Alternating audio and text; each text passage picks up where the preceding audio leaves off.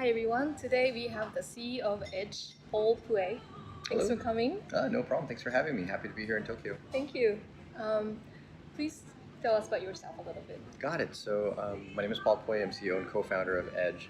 Our company, Edge, priorly was founded as Airbits back in 2014. So, for a lot of people, primarily in the U.S., familiar with Airbits as simply a mobile wallet for Bitcoin. And that was my passion, my heart, and kind of where I come from is from both technology, in the sense that I worked in Silicon Valley for almost 10 years. I actually used to work for NVIDIA, before they were Bitcoin mining chips, pre Bitcoin world. But then I actually left technology completely and entered small business. I operated small, like a restaurant, bar, nightclub, and a gym. I was a manager of a gym. I'm used to being behind the counter of places like this, Wow. and so I think it was my experience as a business owner and a business operator that was also dealing with money, payment systems, software, as a user, not as a developer, that helped me appreciate good user experience, good development, and also helped me appreciate crypto. I dealt with immense amount of credit card fraud, especially being at a nightclub, trying to deal with credit card transactions and seeing how the security of digital transactions in our world today is very, very flawed. And so crypto definitely resonated. As soon as I saw it and heard about it, I said, this is what I want to do, and this is what I want to focus on. And it was my re-entry into the world of technology, where I'd left for almost 10 years plus and then didn't do any technology. So this is the perfect opportunity for all of my previous life experience to come back together, Right. and build something that I really, really care about. For sure. Yeah. Yeah. All right. Cool. So, can you tell us about Edge? Edge. So, as I mentioned, Edge was founded as Airbits back in 2014, 2015. We built a mobile Bitcoin wallet. The big fundamental difference with the wallet we built, it was mobile at the time only. Main fundamental difference are two things. It actually incorporated a merchant directory back in 2014, 2015, and it showed how us as co-founders in our company really believed in using crypto. We wanted crypto to be used. Obviously, it was still too early. Merchant adoption kind of went up and down, and so we don't support the merchant directory anymore. But we found that one of the big differentiating features and functionality of our app, Airbits, was the way we secure keys. We really wanted to make crypto as familiar to people. Many people say they have a good user experience, like, oh, our UX is great compared to yours, blah, blah. Well, that depends how you, as a user, define good. So we define it a specific way. We want good to feel familiar. If you've used mobile money apps, financial apps, banking apps before, then we want to make crypto apps familiar to you. So we built Airbits so that you didn't have to ever see a private key. That was one of the most alienating parts of cryptocurrency to people, is seeing this private key and then being told that you better write this down, put it somewhere safe where no one can see it, but you don't ever lose it, and it doesn't get burned. And if you then want to use a new device, you have to take this giant private key and then enter it into this new device. Right. All that is very alienating to the average user of a mobile phone. I agree. So with Airbits as well as Edge, we took keys, still made it where only the user has access to them, encrypted the key on the user's phone, basically put it in a safe, locked it up on the user's phone with their credentials, their username, password. Then we still used servers, backed up to the servers, to our infrastructure. And so if the user lost their device or they switched phones, then they just log in and the keys get downloaded and then decrypted on their new phone or tablet. So you don't have to remember the private key. You don't have to remember the private key. You don't have to write it down, and it allows us to have many different private keys in there for many different wallets and many different cryptocurrencies. All of those all get encrypted with the same credentials, username, and password that you use to create your one account. And so that was what really differentiated Airbits from all the other wallets. And so with this branding transition to Edge, we're what we call ourselves now, what we did is we took Airbits, the wallet, and we did two things. Number one, we actually rewrote a lot of it and made it multi-currency, super modular, so that blockchains can be just modules that plug in to the wallet to support other blockchains, as well as making a software development kit, SDK, which is a tool set for other developers to use so that they can develop decentralized apps that secure private keys, encrypt them, and back them up the same way Airbit's Edge does, but in their app. So taking that part of our wallet that we found most valuable, the security piece, and separating it so that other apps can use it as well. So now we are Edge. We're still a wallet, mobile, iOS and Android, very modular, support many different blockchains. We just counted, I think it was 14 different blockchains. But also, we use our own SDK that does that security of the keys. And it's very unique in that it's client-side encrypted data, your keys, your settings on the phone, all the tagging of transactions that you might do. Like you can take transactions in Airbits and Edge, and this is another unique thing about the app. And just so you don't forget what the transaction was, you can tag it and say, this was for Akane, and it was for a cup of coffee, it was at this location. And later, when you log in on a new device, that information gets downloaded and decrypted, and it shows that information about your transaction. We secure that data with the same security we secure keys. Right. We encrypt it and back it up. We encrypt that data and back it up.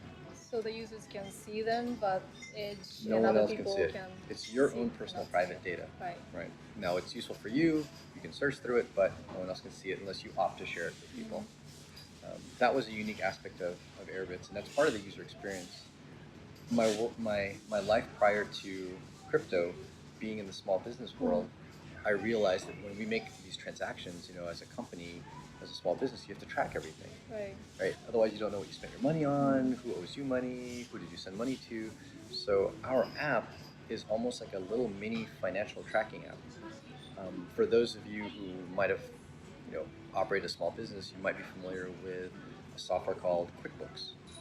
Right? It's popular in the U.S. I'm not sure how popular it is here, but there's other similar kinds of software, and it lets you put your banking transactions, your credit card transactions, and then you can tag it to say, I spent money on food, I spent money on my house, I paid rent, and then you can do a report and say what you spent your money on. Airbits and Edge let you do the same. You can tag your transactions, and then you can even export them into your financial app. And so that's how I personally keep track of my transactions, and that's how Edge, the company, our own company, uses our wallet to track our transactions and give to our accountant. Right? That's really so nice. That's part of the user experience that we find important is financial tracking. Private though, only you see that information unless you want to share it. That's perfect. Cool. I see the transaction history on my phone, and I have so many, and Yeah. I can't remember which one is which. Exactly. Although some wallets that you add some notes. Correct. But it sounds like Edge makes it easier. Yeah, we take it to another level as far as adding of notes. We let you not just add notes, but we have 4 different categories of things you could tag a transaction with. Number one is the person you paid or that you received money from, right? Called the payee or the payer.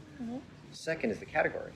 You could say, what was that? Income and expense, was it coffee, food, rent, any of those kind of categories. Third is the fiat value. Now, this is really important and very unique to Edge, is that at the time you made the transaction, you probably care how much it was in dollars or euro or yen. So it will tag it with that automatically. Right the moment you send or receive money, it says, what's the current exchange rate? Well, it will tag the transaction with that value of that exchange rate. Nice. And so when you look at it later in the future, you know how much it was worth at the time you made the transaction. That's great. Yep. Yeah, super important. For me, it's like I Very like knowing important. that, even though the Bitcoin I spent is worth, $6,000 now, at least I know that when I sent it, back in 2014, it was worth 600. You want to know what it was worth at the time you sent it. And so that's information that's automatically tagged, as well as you have a generic, what we call just a notes field. Scribble whatever you want in the notes field. And so all of that is part of the application, the wallet, and the platform that other developers can use as well for their own app, tag transactions if they wanted to. Oh, that's great. I want to recommend this wallet to my friends. Give it a try. Who are Definitely give us feedback. beginners of cryptocurrency because sure. they prefer something more, something simple. Yeah, something friendly. Exactly. Cool. But yeah, so to make sure I answer your question, you want to know a little bit about Airbits. Airbits is, once again, just our prior application. It's been mostly rewritten into Edge to go modular, multi-asset, and still have a lot of the same security benefits. I think I didn't cover, we did talk about earlier, is that Airbits was, I think, the first wallet in the industry to actually incorporate exchange functionality inside the wallet using third partners. So we partnered with Kraken, Cloudera, so people can buy right from their bank account in the U.S. That is as really well as Bitsonline in Europe. And we have another partner for the U.S. to buy using cash at some convenience stores, all integrated inside of the app. You never have to copy and paste a public address from your wallet to an exchange. Right. And as soon as you make your order, when the Bitcoin is purchased, it ends up inside of your wallet. You don't have to transfer it from exchange to your wallet. Right. So you don't have to have an account in exchange You don't have to have to be able to buy. You like have an cryptocurrency. account with exchange, but it's actually created inside of Right. Edge or Airbits. So you can just do it all in all the in same one. wallet. Right, exactly. And the cool thing too is, yeah. if you think about creating an account, what's one of the most challenging parts of creating an account? It's actually, for a lot of people, it's the password. But since Edge is a key manager, it holds all these keys for crypto. Well, guess what it also holds? It holds a key to log into the exchange. Oh, okay. So when you, for example, if anyone out there tries Airbits, when you go to buy Bitcoin, if you create an account to buy Bitcoin, it's going to ask you for email, phone number, all of those things. Those are going to the exchange, not to us. But you'll notice that you don't have to create another password. Right. What's happening is a key is getting created and it's getting encrypted in your wallet, just like your private key for Bitcoin. But that key is what logs you into the exchange. That is so nice. As soon as you log into Airbit's Edge, your keys are decrypted, including the key that automatically logs you into the exchange, so you never have to log in twice. Right? And then when you buy Bitcoin, it sends your public address over to the exchange, and the exchange sends it directly to your public address, which ends up inside of your wallet, and there's no additional steps. Wow. So really integrating the crypto world is what we really are trying to do. Making it easier. Make it easier, integrated, familiar. And also safe, because it's all Safe, yeah. encrypted. And Exactly. And still user controlled. Yeah. That's a very fundamental, strong piece of what we built, because you can do everything we're doing right now very easily if you just own people's keys for them. Right. Obviously Coinbase does what we do, but they own the keys. It's very easy to do that. Yeah. It's hard to secure it, but it's easy to provide that. Right. But it's not safe. It's not as safe. So for us, we want to build something. And it's not just that it's not safe; it's also less usable. Cryptocurrency. Right now, we don't really use cryptocurrency as much as I'd like us to be using it, but a lot of people are just holding it. Right? They're not really actively using it. Once you try to use cryptocurrency, this is a whole other discussion here, but if you try to use cryptocurrency, it breaks the custodial wallets very badly. Like the exchanges and the wallets that hold your keys, when you try to send money, and a lot of people try to send money, they'll frequently not be able to send the money for you because they run out of money in their hot wallet. Okay. And so this is a bit of a separate side discussion here, but it's one of the reasons why we believe in users controlling their keys. So if you're holding your money with a custodial wallet, most of the money is in cold storage. Only a little bit is in the hot wallet, ready to be spent. So if I have money in a custodial wallet, and you have money in the custodial wallet, if I spend a lot of money, their hot wallet runs out. Then you can't spend. So that's why long term, really using cryptocurrency, you need to own your own keys. Otherwise, when you want to spend, you might not be able to because someone else spent the money. Right. It's a very nuanced detail, but it does really happen. It's happened to me and a lot of my friends that had money in a exchange hosted wallet, and when we wanted to send it couldn't send. Right? The money wasn't available. The money wasn't available. Someone had to go to a safe and unlock, probably a USB stick, and reload the money on their server. So, going back to what you're asking, yes, we try to keep it both safe and usable by making sure people control the keys of their crypto. Great. Cool. So you can buy cryptocurrency on the wallet, right? You can, right. Can you show me how to do that? Sure. I'll show Edge. So Airbits uses different partners. In Airbits, it's Kraken and Bitsonline. And in Edge, we partner with a company called Simplex, and they allow you to buy cryptocurrency with credit card. Now, there are a lot of steps. I'm not going to go through every single one on the phone because there's a lot of KYC involved. But here's a screenshot of Edge, and it probably looks very, very, there you go, a little bit more detail there.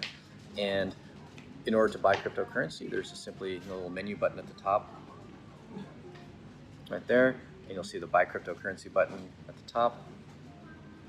there. Okay. We'll tap on Simplex, which is our partner. They're right now the only option. Soon, this is a list, but really it's a list of only one. Soon you'll see several options on here, but right now it's just them.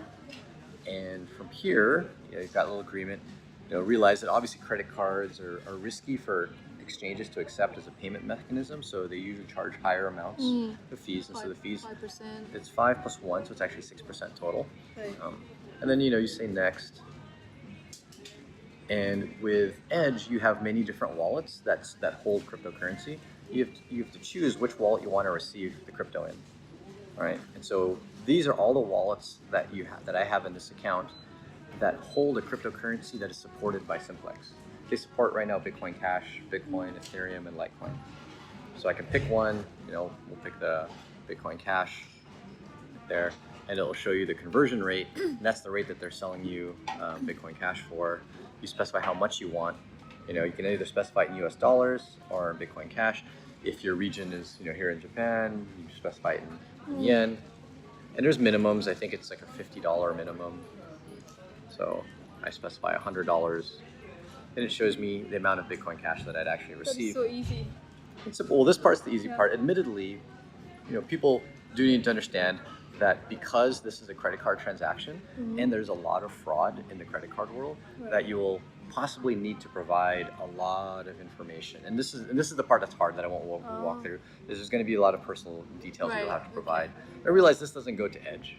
This goes directly to our partner Simplex. Okay. And that's for them to do the fraud detection, to make sure that you truly are the owner of the credit card and it's not someone else that got your credit card that might be trying to buy. So you have to do that for every time? Parts of it you have to do every time, parts of it you don't. I see. So some parts they'll remember that this is your device, it's the same user information, and you won't have to do it over again. But things like the credit card you'll have to enter again, and maybe the billing address of the credit card you'll have to enter again.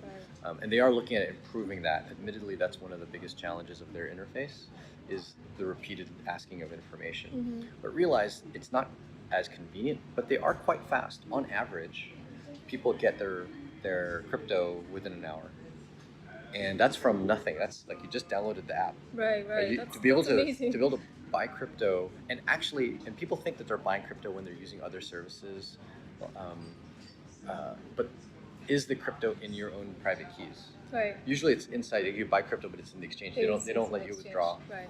This is actually buying crypto, and it's in your own wallet within an hour. It could take up to 2 days, but most people that I know that use it, it takes about an hour, and that's Visa, MasterCard, anywhere that you can use Visa, MasterCard. That is really great. So it's quite a great service. There is some tedious aspects to it, but if you've got the patience, it's not hard. It's just a lot of information. But that's how you can buy crypto. Once again, Bitcoin Cash, Bitcoin, Litecoin, Ethereum, right inside of our application. You just do everything in all, this wallet. all in there. And nice. as well, they only support 4 cryptos, but Edge supports 14 plus tokens. We've also integrated with Shapeshift, which a lot of people are very familiar with, to convert one crypto into another. Yeah. And there's a little button on the bottom here, just says exchange. So if I tap on the exchange button, now I'm presented with a selector to choose my source wallet and destination wallet, and this now lets me simply convert from one currency. Oh God, I'm getting all these notifications. Holy, I need to put this thing to sleep. So you choose a source wallet. So I can say I want to convert. Oh, what do I have? A little bit of. I don't have a whole lot of money in this demo wallet here. Do I have enough Dash? So Dash. Now I convert that to say Bitcoin Cash. And this is what the screen looks like after I choose 2 currencies. Let's see if we can focus on there. And then I just choose an amount. So say I want $5 of Dash. Now it tells me how much actual Dash. That's 5 Dash. 5 Dash. I don't have that much Dash. So let's say $5. Oh, I don't even have $5 of Dash. I have a very small amount in here. But either way, you're effectively choosing your source wallet, how much you want to convert. It shows you how much you're going to receive. And it does take a little while for it to go talk to the network and create an order. It's actually creating an exchange order. Oh, there you go. So that succeeded. And it'll tell you how much Bitcoin Cash you're going to receive. Here I'm going to receive 98 cents worth. For $1 worth of Dash, I'll get about 98 cents worth of Bitcoin Cash. I hit the next button. All right, it gives me all the little details that let me confirm the amount that I'm going to trade. You're about to exchange a certain amount of Dash for that much Bitcoin Cash, and you just slide to confirm. It's kind of like a whoop, like that. And once you do that, it sends your money off to Shapeshift, and then usually within a few minutes after a confirmation, you get the Dash back, Cool. and that shows up inside of your wallet. And we actually let's see if I can send this off. And it actually utilizes a feature of Edge, Airbits, that I was talking about earlier, which is the ability to tag transactions. So if you go to, I'm going to go to that Dash wallet that I sent money from. Mm-hmm. And so you'll see that that transaction is now tagged Shapeshift. See that? It says Shapeshift in the transaction. Let's see. Kind of focus on it. It says Shapeshift It pending. does say Shapeshift, yeah. And it shows the dollar amount that I was exchanging. It shows the dollar amount that I sent, so $1.01.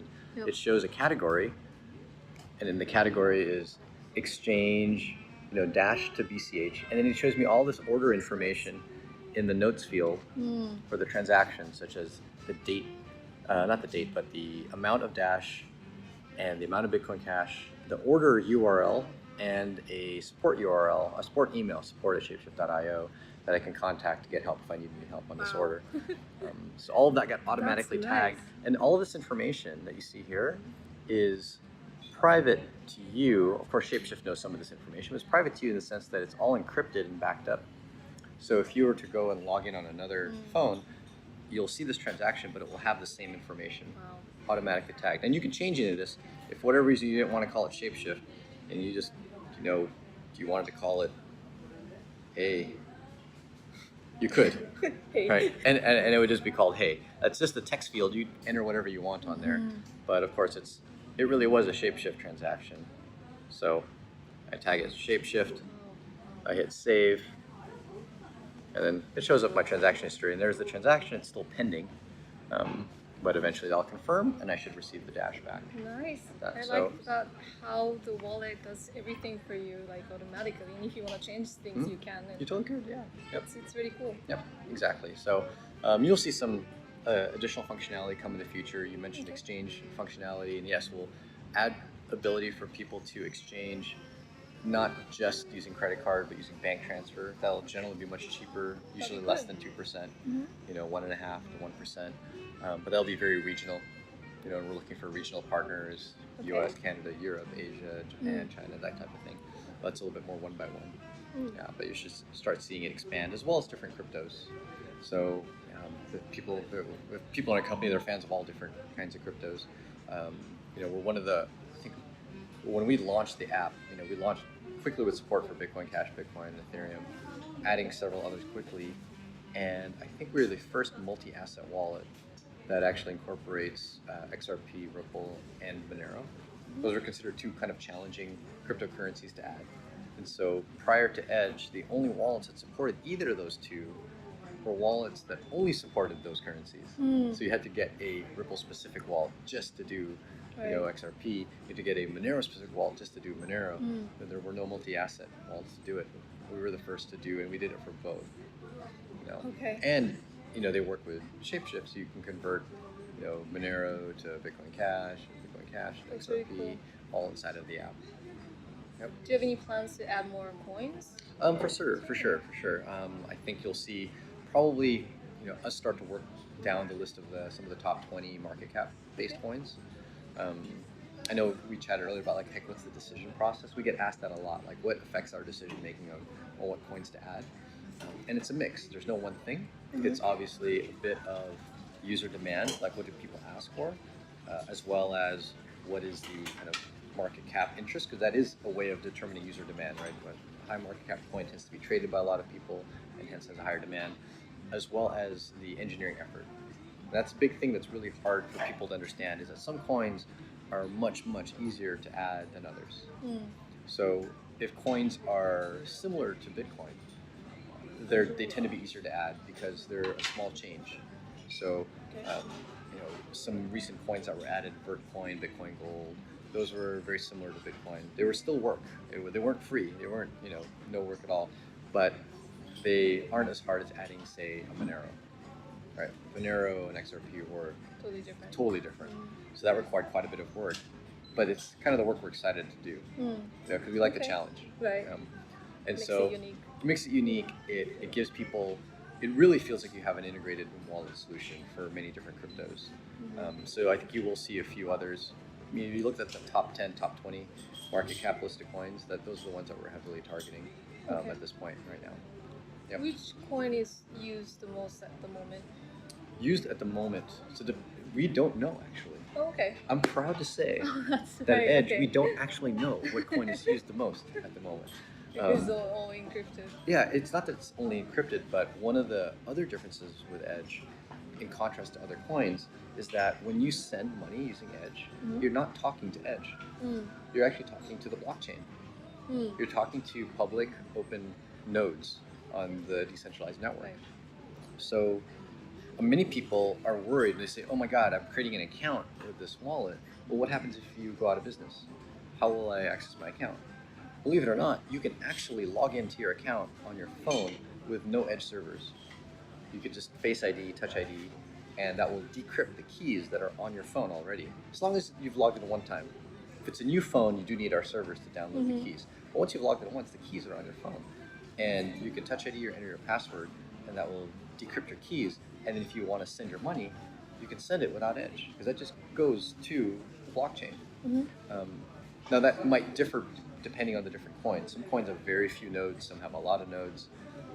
Some coins require an API like Ethereum, but they generally speaking don't require Edge.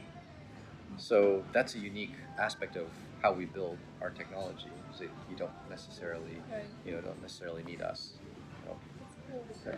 So there's a meetup, the Tokyo Bitcoin Cash meetup tonight, and Yep. you're gonna talk about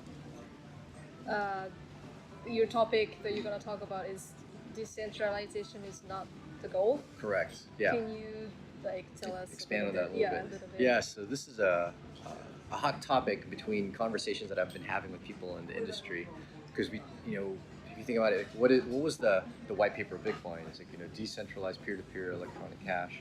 But I think the definition of decentralization or decentralized has been made ambiguous, very unclear, to the point where your definition might be different from my definition. And it's, I think, the root of the infighting of the different parties in cryptocurrency. The Ethereum folks, the Bitcoin Cash, the Ripple, is everyone disagrees on what is decentralized. But one thing that I think we have some agreement on, slight differences, is what is the goal? And different people have slightly different goals. Is your goal to create money that is not under government control, that can't be inflated? Is your goal to make a payment network that never goes down? Is your goal to make a payment system that's accessible globally by anyone anywhere in the world, digital? That doesn't exist today, right? There is no digital payment system that is accessible to anyone anywhere in the world with an internet connection. Poorest countries, richest countries. So what is your goal? And given that goal, I say use whatever technology is available to you, whether it's centralized, decentralized, a combination of both. That to me is what's important, is achieving that goal. First, knowing what in the world your goal is. Know what your goal is, and then use whatever tech is necessary to achieve it. Now, if you accidentally use some tech that compromises your goal, then oh well, right? But at least know what your goal is. That's the general topic of my talks. I think that we've overused this word decentralized. Right. We haven't well defined it, and people think that is the goal when there's nothing to be gained from that by itself. Right? That by itself has no advantage. It's how do you apply it? Right. And so that's what I want to talk about today. And then of course that ties into our philosophy. So I feel this way because that's how we build at our company Edge, and that ties into how we choose to incorporate our systems and where we use decentralization and where we use centralization, combined to achieve a goal. Right. So that's the general topic. Is yes, decentralization is not a goal. A lot of people will hate me for saying that, but you're welcome to debate it with me, because I feel very strongly that yes, you pick a different goal. Right. It's not the goal for everybody, is what you're saying, right? Yeah, it shouldn't. I don't think it should even be the goal for anybody. It should be a tool to achieve the goal. Right. It's a Depending great on what tool. you're looking for. Yeah. What is it exactly you're trying to look for? What are you trying to empower? Use the decentralization. Use pieces of decentralization to help achieve that goal. Right. don't make it the goal. Yeah. Is what I would say. Oh, I'm looking forward to the talk Cool. tonight. Cool. All right. Yeah. Same here. So would Thanks you for having say the Edge wallet, it's the kind of taking the middle point of like decentralized and I would say we definitely. If I don't want to. I don't like using the terms anymore. Right. Decentralized, centralized. Okay. But I would say its goal is to take the middle point in the sense that we use different aspects of centralization or decentralization, but really trying to achieve the 80-90 percentile of the benefits and goals of decentralization. Okay. So, what do we care? What are our goals at Edge? So we want to make something that's accessible to the vast majority of the population, and so user experience is key. Making it where people don't have to deal with that kind of complex key management. So we are going to use servers to achieve that, because servers are what you can use to back up data. Right. So we're compromising in that sense. We're saying, hey, we're going to use some centralized servers, but we're going to use client-side encryption on your device at the edges of a network. That's a lot of what decentralized technology uses, is your own device, not companies. So Edge doesn't have the access to the private correct, key. yeah. You're doing the encryption, not us. Right. So that is a kind of a decentralized concept. As well, we're using the concept of direct access to the decentralized network. So your phone talks to the decentralized network. It doesn't talk to us. So that's an aspect of decentralization. And that's for fault tolerance. So that's one of our goals, is fault tolerance. We want to make sure that you can operate even if we're down. Right, so that's one of our goals. And we went through great lengths to try to achieve that. And so people can test this by literally putting your phone in airplane mode and then log into it. Right? You'll still be able to log in, you'll be able to see your private key, and so you have extra money even if we're down. And you can't send your money in airplane mode, but you could take your router and try to block any access to Edge servers, and you'll still be able to send your money. So fault tolerance was an important goal for us. Accessibility to the masses was an important goal to us. And then we wanted user-controlled money. We want to make sure people had access to their own private keys. So we didn't compromise that by us holding the keys. So all of that is a combination of the different goals we had. And then we implemented that in a few different ways. Some centralized, some decentralized. Great. Cool. So you have like lots of different backgrounds. It's like working behind the bar and like doing businesses. Yeah. And like I can really see that you really care about the user experience. You can see from user's view, and I can really see that on Edge Wallet because like it looks really simple and user friendly. So I'm looking forward to using that. Cool. And for anyone else that's listening into the interview, we're definitely open to any feedback, so definitely let us know your experience. We know that, no one builds a perfect product. We know we're far from it as well. And we have a roadmap of what we want to improve and fix and update, but we'd obviously love to hear from the users as well, both the advanced power user as well as just the new user who just, hey, I just tried it and I'd like to understand the X, Y, and Z. Like, I don't know how to do this, I don't know how to do that, or I'd like to be able to do this. And so we listen to everyone. We can't follow what everyone asks for, obviously, but we really would like that feedback. We even have I know that's probably not a convenient time for people here in Tokyo, but we do a live Q&A session on YouTube that people can live actually ask us questions every single week. All right. Every Friday, like I said, bad time, but 12 noon Pacific time. Okay. We do a live Q&A. So if you happen to be awake around that time, tune into our YouTube channel at Edge and feel free to fire off any questions you might have about the application. You can talk to us every single week. Cool. Yep. Okay, thank you so much for today. No problem. Thanks for having me.